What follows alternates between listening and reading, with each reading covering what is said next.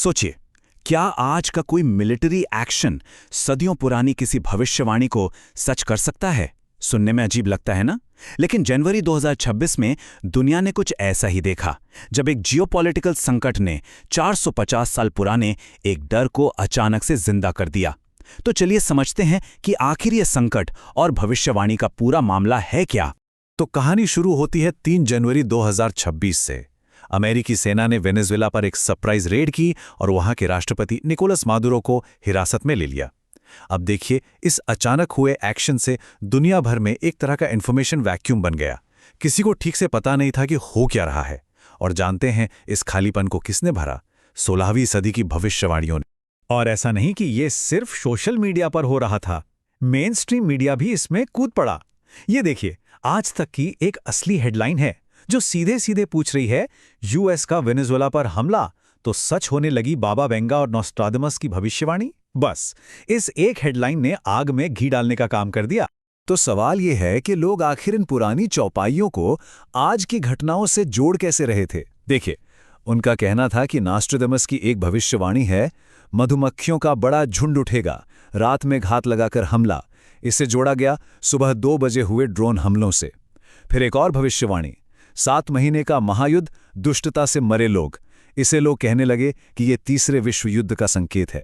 और सबसे डरावनी, महान व्यक्ति को मार गिराया जाएगा एक वज्रपात से। इसकी व्याख्या की गई कि किसी बड़े वर्ल्ड लीडर को एक हाईटेक ड्रोन हमले से मारा जाएगा। अच्छा, ये सब तो ठीक है, ये सारी अटकलें, ये सारी बातें, लेकिन इन सबके बीच एक बहुत बड़ा और जरूरी सवाल उठता है।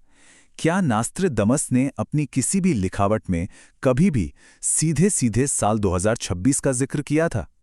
और इसका सीधा साफ जवाब है नहीं, बिल्कुल नहीं। नॉस्ट्राडामस ने अपनी भविष्यवाणियों में शायद ही कभी किसी खास साल का जिक्र किया हो।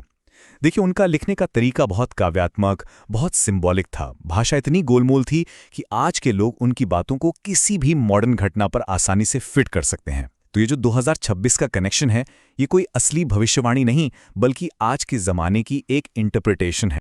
तो चलिए अब इन भविष्यवाणियों की दुनिया से बाहर निकलते हैं और जरा हकीकत पर नजर डालते हैं। फैक्ट्स क्या हैं? फैक्ट्स ये हैं कि ये जो ऑपरेशन एब्सोल्यूट रिजॉल्व था, ये सुबह 2 बजे हुआ। इसमें 150 से ज्यादा एयरक्राफ्ट शामिल थे और इसका जो ऑफिशियल कारण बताया गया वो था राष्ट्रपति मादुरो के खिलाफ 2020 का एक नार्को टेररिज्म का केस। मतलब ये एक मिलिट्री ऑपरेशन था जिसकी एक तय कानूनी वजह बताई गई थी, न कि कोई रहस्यमयी भविष्यवाणी। और इसी एक घटना ने दुनिया को 2 बिल्कुल अलग अलग खेमों में बांट दिया।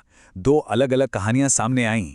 एक तरफ अमेरिका का कहना था कि ये तो बस ड्रग्स और आतंकवाद के खिलाफ एक कानून लागू करने वाली कार्रवाई है, लेकिन दूसरी तरफ रूस, चीन और ईरान जैसे देशों ने इसे स्टेट टेररिज्म यानी राजकीय आतंकवाद कहा और इसकी जोरदार निंदा की। तो देखिए, एक ही घटना के 2 कितने अलग अलग नैरेटिव बन गए। और मामला सिर्फ अमेरिका के जाने पहचाने विरोधियों तक ही सीमित नहीं था। लैटिन अमेरिका और दुनिया भर के कई देशों ने इस पर गहरी चिंता जताई। ब्राजील ने कहा कि अमेरिका ने एक अस्वीकार्य रेखा पार की है। मेक्सिको ने इसे सीधे सीधे यूएन चार्टर का उल्लंघन बताया। अब जब इतनी सारी इंटरनेशनल चिंताएं एक साथ उठने लगी, तो जाहिर है तीसरे विश्व युद्ध वाली कहानी को और भी ज्यादा हवा मिल गई। तो सवाल फिर वही है कि आखिर लोग ऐसी भविष्यवाणियों पर इतनी आसानी से यकीन क्यों ले लेते हैं? इसका जवाब हमें साइकोलॉजी में मिलता है। पहला कारण है बार्नम इफेक्ट।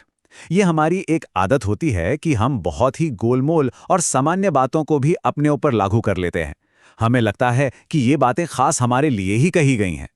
नॉस्ट्राडामस की जो भाषा है वो एक खाली कैनवास की तरह है, जिस पर हम अपने आज के डर जैसे ड्रोन वॉरफेयर या वर्ल्ड वॉर का डर आसानी से पेंट कर सकते हैं। और इस बार डायनाम इफेक्ट के साथ मिलकर काम करता है हमारा एक और दिमागी झुकाव, जिसे कहते हैं कन्फर्मेशन बायस। इसका मतलब सीधा सा है, हम सिर्फ उन सबूतों पर ध्यान देते हैं जो हमारी बात को सही साबित करें और बाकी सब कुछ अनदेखा कर देते हैं। जैसे लोगों ने रात में घात वाली बात को सुबह 2 बजे के हमले से तो जोड़ लिया, लेकिन इस बात को पूरी तरह नजरअंदाज कर दिया कि भाई ज्यादातर मिलिट्री ऑपरेशन होते ही रात के अंधेरे में। अब इस पूरी तस्वीर में एक और बड़ा खिलाड़ी है और वो है मीडिया। ये एनालिसिस बिल्कुल सही कहता है कि वर्ल्ड वॉर 3 जैसा लेबल इस्तेमाल करना असल में दर्शकों का ध्यान खींचने का, एंगेजमेंट बढ़ाने का एक सनसनीखेज तरीका है। तो होता यह है कि एक असली संकट के समय हमारे अपने दिमागी झुकाव और मीडिया का सेंसेशनलिज्म, ये दोनों मिलकर डर को कई गुना बढ़ा देते हैं। तो आखिर में सवाल बस इतना सा रह जाता है, जब दुनिया में कोई संकट आता है तो हम कौन सा रास्ता चुनते हैं?